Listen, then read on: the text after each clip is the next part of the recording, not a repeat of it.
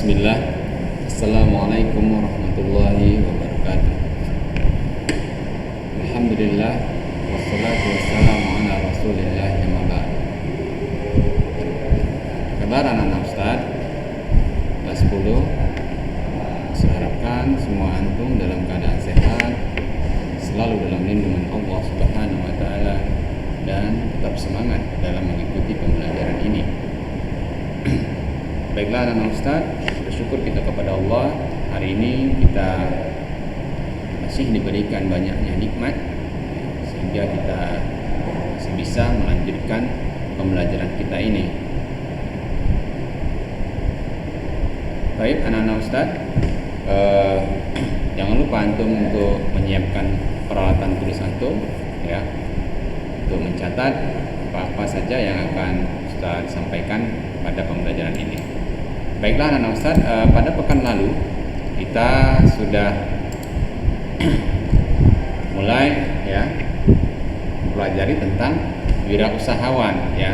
Jadi mulai dari apa itu wirausaha, kemudian kewirausahaan ya, serta juga sifat-sifat ya seorang wirausahawan ya, yang percaya diri, kemudian berorientasi tugas dan hasil, berani mengambil resiko, kepemimpinan, keorisinalitasan ya, atau keaslian ya, dan berorientasi ke masa depan. Nah, baik, ini adalah merupakan sifat-sifat dalam seorang wirausaha.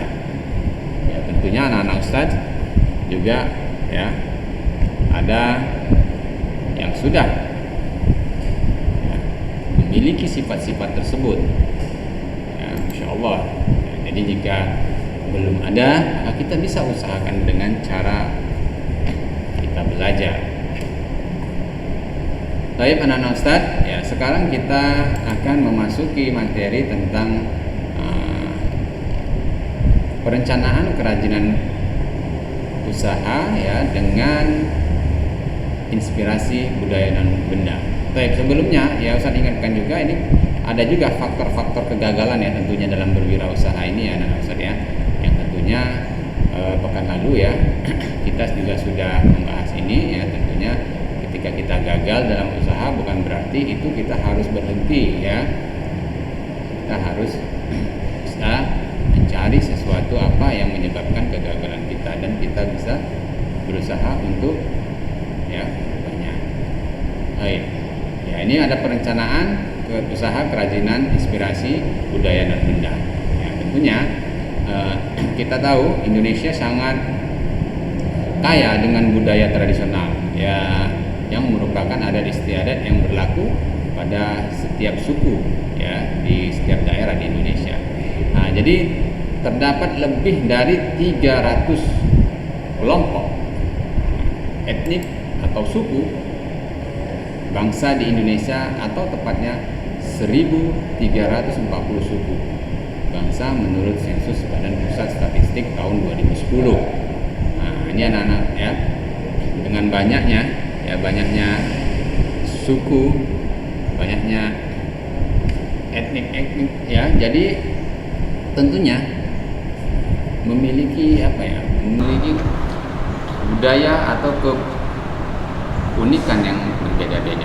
Jadi di Indonesia memiliki jumlah suku bangsa terbanyak di Asia Tenggara. Ya, artinya Indonesia memiliki keragaman budaya tradisional yang merupakan potensi yang luar biasa sumber inspirasinya.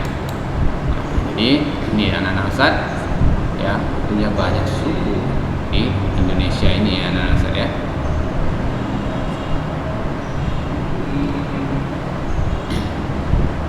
Budaya tradisi dapat dikelompokkan menjadi budaya non-benda atau artefak ya. Budaya non-benda diantaranya seperti pantun, cerita rakyat, tarian, dan upacara adat ya, itu termasuk ya jenis-jenis budaya non-benda anak-anak Ustaz ya.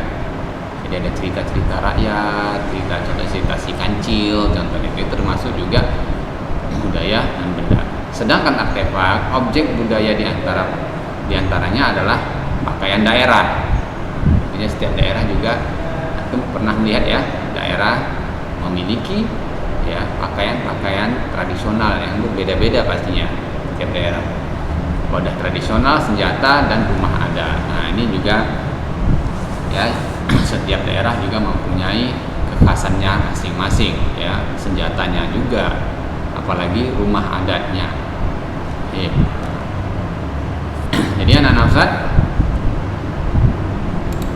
ini contoh ya, tetapi anak-anak Ustaz, kita tidak perlu ya mencontohkan sesuatu yang memang bertabrakan dengan syariat kita ya, atau seperti tari-tarian ya anak-anak Ustaz, ya itu tidak perlu ya. Jadi masih banyak lagi yang bisa kita jadikan inspirasi ya, seperti cerita rakyat itu bisa, tapi kalau tari-tarian tidak perlu ya. Pantun juga masih bisa ya anak-anak Ustaz ya. Nah, ini ada sebagai contoh ya,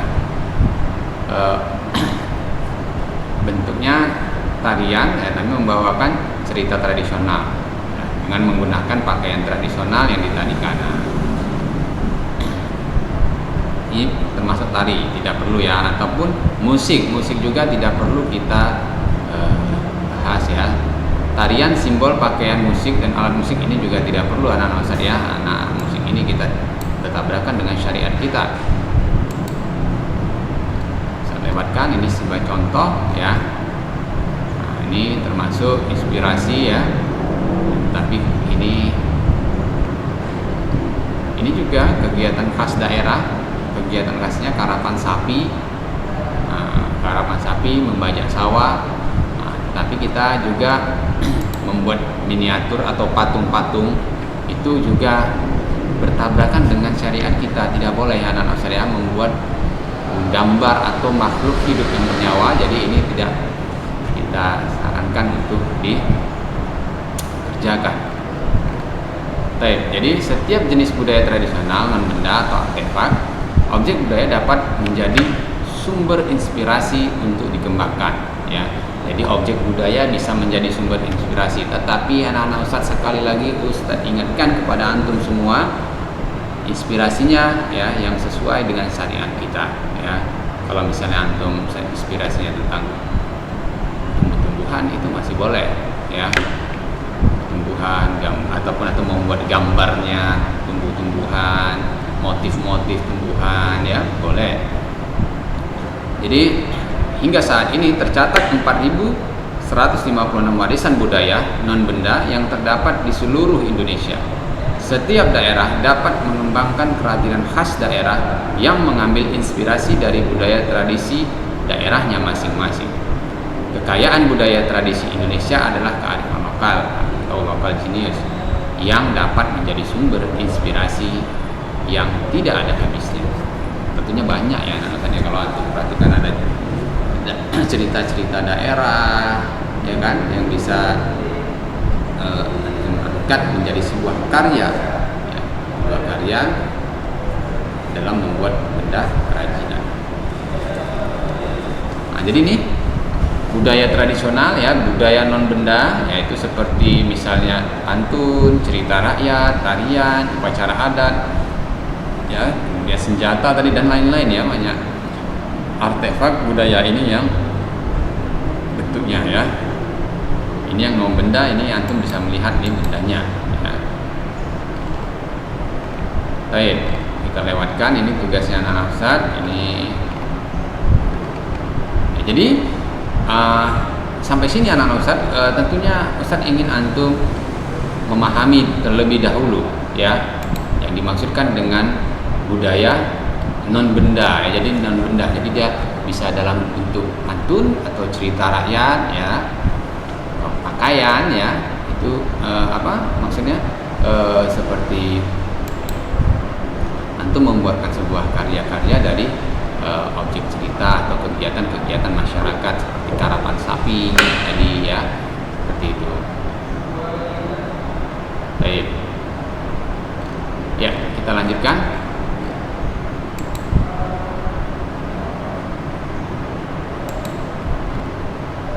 Ini perhatikan anak-anak Ustaz ya, sumber daya material, teknik, dan ide kerajinan dengan inspirasi budaya non-benda. Nah, sekarang kita berbicara tentang sumber dayanya ya, materialnya, bahan-bahannya, tekniknya, idenya. Ide tentunya tadi kita ambil dari inspirasi budaya non-benda ya, dari cerita rakyat, dari pantun ya, seperti itu. Paham ya anak-anak Ustaz sampai di sini? Alhamdulillah. Jadi kegiatan wirausaha didukung dengan ketersediaan sumber daya manusia. Sumber dayanya manusia, kitanya ya anak Ustaz ya. Material, peralatan kerja, cara kerja ya, cara kerjanya juga. Kemudian pasar ya, tentunya kita harus, namanya berwirausaha, buat sebuah usaha kita harus tahu pasar anak-anak Ustaz ya. Dan pendanaan. Nah, ini penting juga pendanaan. Jika antum tidak ada dananya, sumber dananya ya, dari mana antum mau membuat karyanya? Pasar juga ini penting, pendanaan juga penting. Jika antum nanti sudah siap karyanya, kira-kira dipasarkannya atau masyarakat suka enggak dengan karya kita ya, sesuai enggak dengan kebutuhan pasar. Sumber daya yang dikelola dalam sebuah wirausaha dikenal dengan sebutan 6M. Ini antum harus catat benar ya, harus antum hafal kalau bisa ya. 6M ini selalu muncul dalam materi kita kewirausahaan ya, yaitu man, manusia, money, uang, material atau bahan, mesin atau peralatan, metode atau cara kerja, dan market, pasar ya anak-anak saya. Ini 6M ini dia ya, 6M. Metode, man-nya dulu ya, manusianya ya, material, nah, metode, cara kerja, money atau uang, keuangannya, pendanaan, mesin ya, peralatan, serta market. Ini harus antum betul-betul pahami dan hafalkan.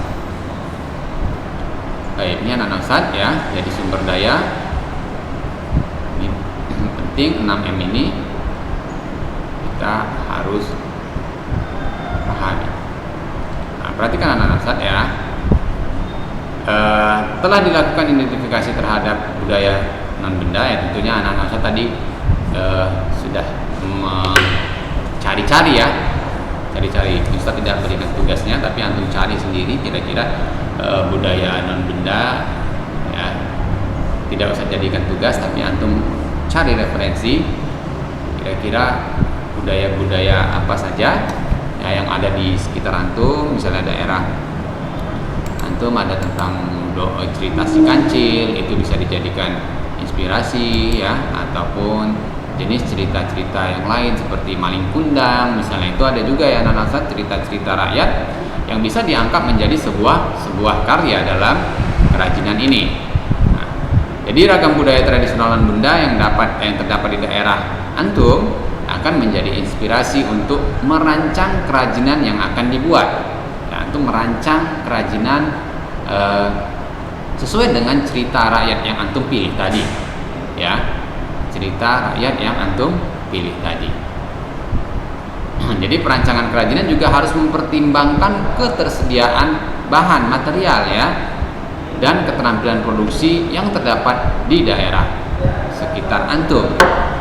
Ya, untuk itu dapat dilakukan pencarian informasi tentang ragam jenis material khas daerah yang dapat digunakan untuk kerajinan serta perajin yang membuat kerajinan di daerah tersebut. Nah, paham anak-anak sampai sini? Maksudnya paham antum? Ya. Ya, mengenai material bahan itu antum harus perhatikan juga ketersediaan bahannya yang ada di sekitar antum. Misalnya antum di daerah pantai ya, daerah pantai, maka ketersediaan bahan-bahan yang ada itu seperti ini contohnya anak-anak Ustaz ya, cangkang kerang ini. Nah, ini kan di daerah pantai. Kalau antum daerah hutan ya, tentu antum nggak akan mencari bahan-bahan yang terbuat dari kerang, tentunya cangkang kerang ya kan. Nah, itu tadi dia, kita sesuaikan juga sama material yang ada di daerah sekitar kita. Contohnya antum, Ustaz, rumah anak dekat pasar, Ustaz. Nah, di situ banyak limbah-limbah, bekas-bekas bekas-bekas sabut kelapa contohnya, atau batok kelapa misalnya, ya. Nah, itu juga antum sudah memenuhi syarat akan kebutuhan bahannya. Antum tak perlu lagi untuk membeli atau jauh mencari materialnya, ya. Atau kulit jagung contohnya. Nah, ini kan juga bahan-bahan yang sepertinya tidak harus dibeli, ya.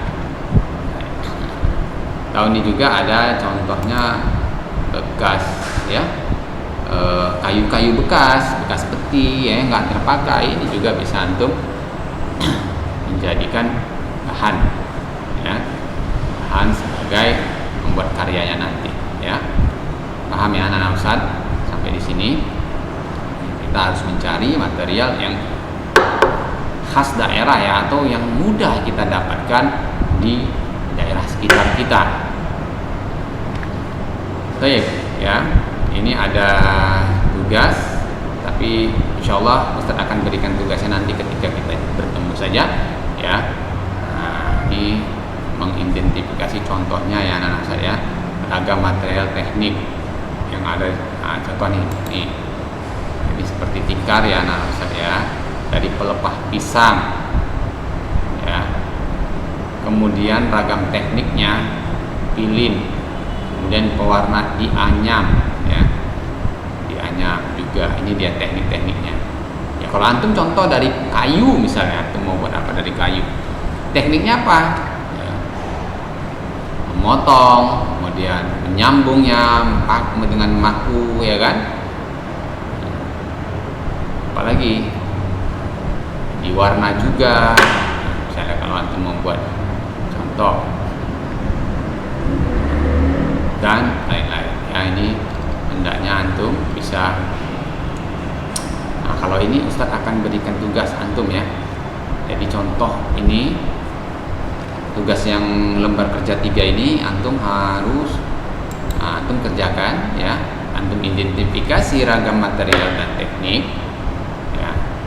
Ini antum gambarnya bisa antum cari saja di boleh antum cari dari majalah atau dari internet, boleh antum buat seperti ini, ya. Bahan bakunya apa, ya. Ini pelepah pisang atau kayu, atau mungkin ada lagi cangkang kerang, Ustaz, dijadikan apa, tekniknya apa, ya. Ini berapa jumlahnya, ya. Minimal antum 3, ya, 3 tanpa contoh yang ini. Ya, siapa yang bisa menjawab lebih, maka nilainya akan semakin baik. Ini akan dikumpulkan setelah antum menonton video ini, ya anak-anak Ustaz, ya. Sekaligus juga Ustaz ingin mengetahui apakah antum mengikuti pembelajaran ini atau tidak, ya, mengikuti pembelajaran ini atau tidak, ya. Jadi upayakan, Ustaz, boleh dikirimnya pekan depan, boleh dikirimnya 2 hari lagi, ya. Upayakan setelah antum menonton, ya. Berarti antum hari ini nonton, hari ini juga antum kumpulkan, karena ini bukan tugas yang sulit, anak-anak, ya. Baik, kita lanjutkan masuk kepada perancangan dan produksi kerajinan inspirasi budaya non-benda. Nah, tadi kita sudah bahas, ya, mengenai wirausahanya, sifat-sifat orangnya, ya. Kemudian kita masuk ke inspirasi, cerita-cerita, ya, sumber-sumber dari ide-ide penciptaannya. Kemudian sudah ke bahannya, ya, ke bahan material untuk pembuatan karyanya. Sekarang kita akan memasuki perancangan. Nah, ini perancangan produksi kerajinan dengan inspirasi budaya non-benda, ya.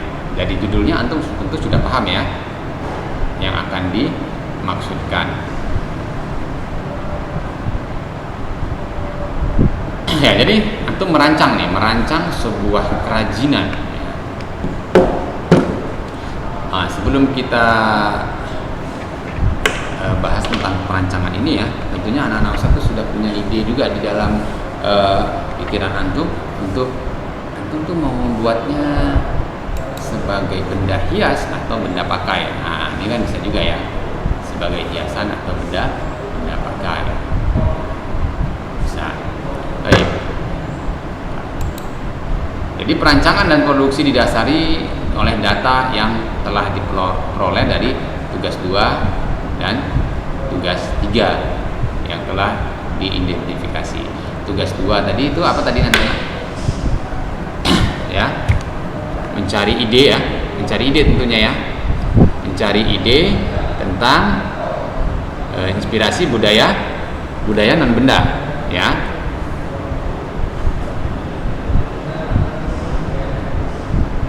Ya.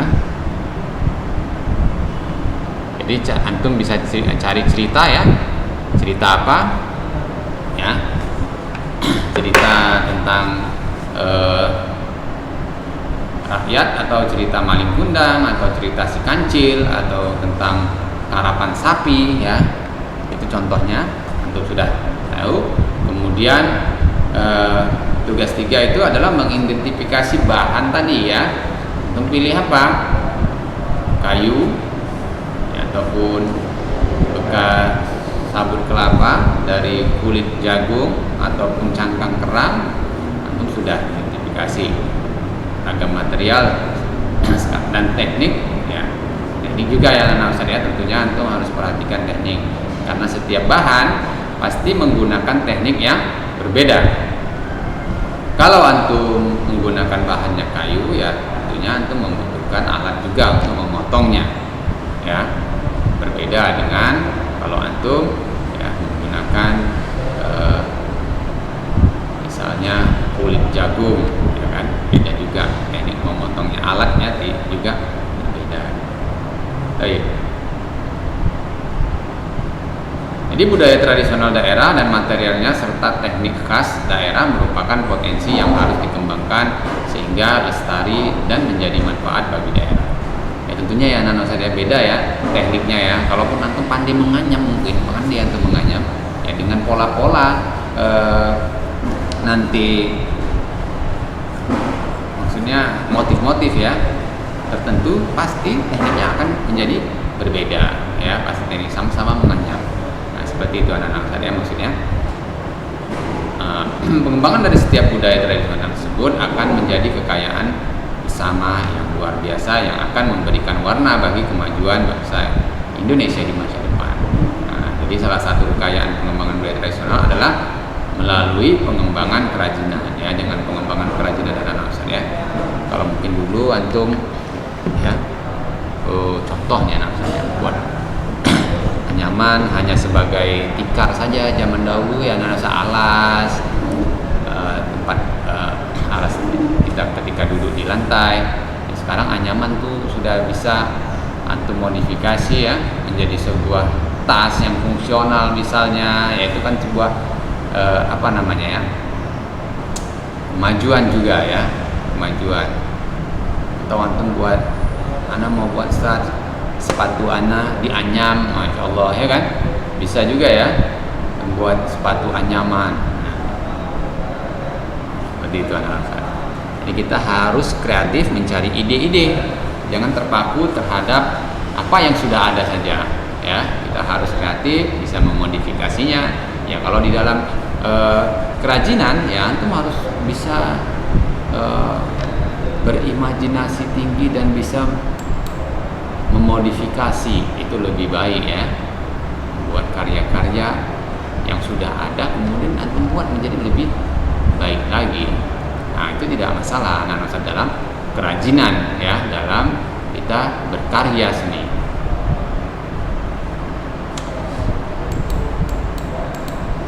Baiklah anak-anak, nah ini dia potensi budaya non benda ditambah dengan potensi material dan teknik, itu hasilnya kerajinan ya, yang antum akan segera buat nantinya ya. Jadi potensi budaya non benda, apa potensinya tadi ya, cerita-cerita ataupun pantun-pantun tadi yang bisa antum ambil. Kemudian material dan tekniknya apa, misalnya daerah pantai tadi antum pakai apa ya. Ya, material ini anak-anak Ustaz tentu dia memiliki kekhasan juga ya.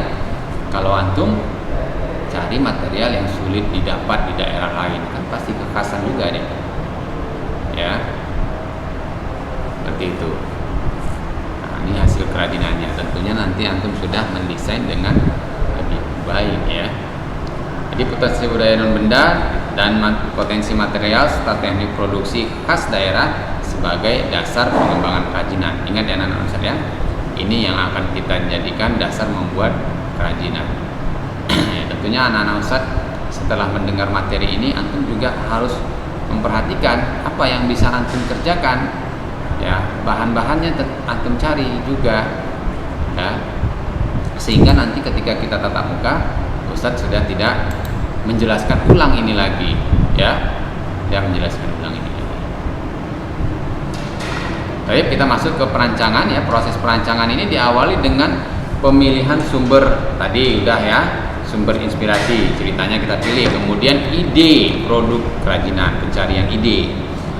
Tentunya dengan membuat sketsa ide ya. Jadi kalau antum ada ide, Hana mau buat ini, langsung aja antum coret-coret sketsa ya. Agar apa? Agar antum tidak lupa. Oh, karena kita ini banyak lupanya ya. Kemarin pengennya buat seperti ini kan. Tapi karena nggak anak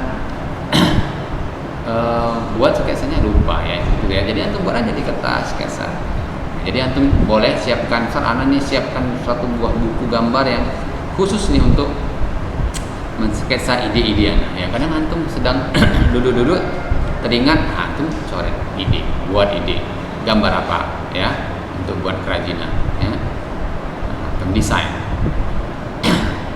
Kemudian pembuatan studi model kerajinan ya, dilanjutkan dengan pembuatan petunjuk produksi.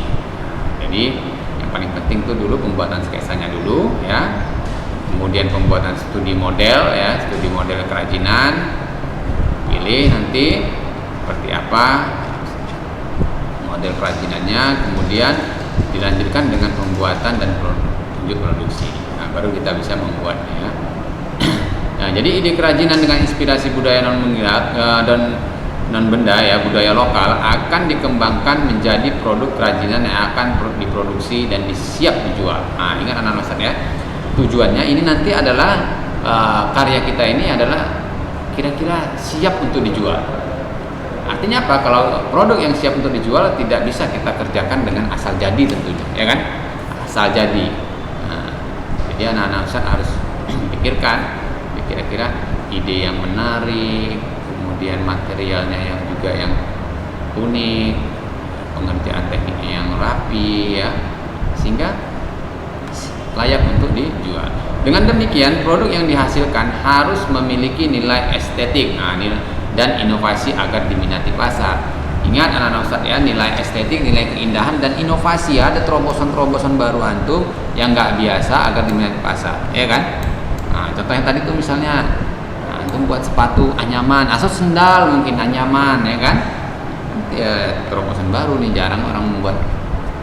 Ya ada mungkin ya, ada juga, tapi masih jarang. Nilai estetiknya dengan bentuk corak-coraknya yang menarik ya. Nah, perancangan kerajinan dengan inspirasi budaya non benda akan menerjemahkan suatu yang abstrak, ya, tak berbenda. Ya, jadi perancangan kerajinan inspirasi budaya non benda itu kan nggak nampak, atau cerita itu kan nggak nampak sama kita ya, tapi kita buat yang menjadi benda. Ya, jadi berdasarkan ide-ide cerita itu kita membuat sebuah benda, buat benda kerajinan. Seperti yang di awal tadi ya, itu ada contohnya misalnya karapan sapi, ya cerita karapan sapi dibuat patung karapan sapinya. Ya walaupun kita nggak boleh ya, jangan yang itu yang kita kerjakan, ya. Jangan itu, misalnya kita buat tas gitu kan. Baik. Jadi dari situ ya, dari sesuatu yang abstrak, yang tak berbenda, idenya ceritanya tadi, kemudian kita jadikan benda yang berwujud, ya, berwujud. Antum buat, ya, dari cerita-cerita apa idenya, ya, kemudian antum jadikan benda. Misalnya inspirasi diambil dari seterata tak berbenda adalah sebuah diorama mini diorama mini yang menggambarkan salah satu adegan dalam cerita rakyat tersebut, ya. Diorama, ya, antum bisa pilih, ya, misalnya membuat sebuah diorama, ya. Misalnya diorama antum kan tahu bahwa itu sebuah miniatur, mungkin ya, antum bisa buat miniatur keadaan, ya, menggambarkan suatu pemandangan. Miniaturnya antum buat dalam bentuk 3 dimensi, tapi anak-anak Ustaz, ya, 3 dimensi. Antum, waduh, ini cerita tentang keindahan Danau Toba, misalnya antum buat dioramanya Danau Toba dalam bentuk 3 dimensi, ya kan, ada pulau Samosirnya, ada, nah, itu kan bisa, ya, anak-anak. Itu berdasarkan dari inspirasi budaya dan benda juga itu anak-anak Ustaz. Nah, biar terbuat jadi 3 dimensi seperti itu.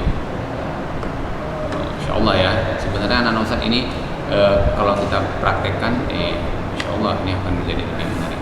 Contoh lain adalah mengambil inspirasi dari kepercayaan simbolis tak berbenda, burung enggang yang dibuat menjadi ide untuk tekstil dalam busana benda. Misalnya ada motif-motif, tapi kita kalau hewan-hewan nggak usah, anak Ustaz, ya.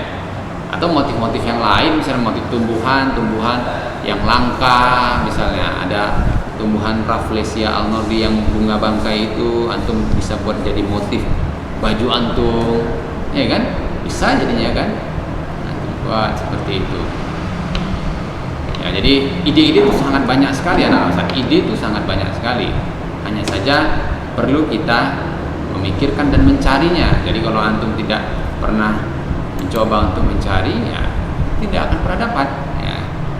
Nah, jadi antum boleh cari inspirasi budaya dan benda daerah mana nih antum ingin.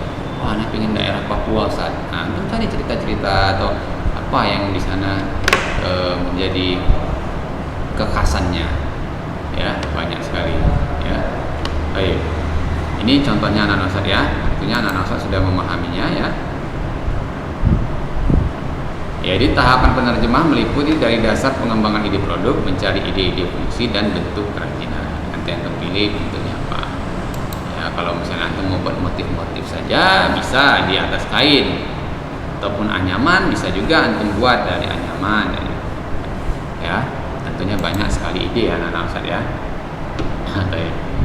Baiklah anak-anak Ustaz, rasa ini sudah cukup materi kita hari ini, ya. Sudah banyak yang Ustaz sampaikan hari ini. Mudah-mudahan antum dapat memahaminya. Jika nanti antum belum begitu paham, ya, atau belum begitu paham, antum boleh menanyakan kepada Ustaz langsung di jaringan pribadi Ustaz, ya. Saya harapkan antum semua tetap semangat dalam pembelajaran, ya, dan jangan lupa jaga kesehatan. Ya, mudah-mudahan apa yang Ustaz sampaikan hari ini menjadi ilmu yang bermanfaat dan menambah wawasan antum. Kita cukupkan pembelajaran kita sampai di sini. Tutup dengan subhanakallahumma wa bihamdik asyhadu an la ilaha illa anta astaghfiruka wa atubu ilaik. Assalamualaikum warahmatullahi wabarakatuh.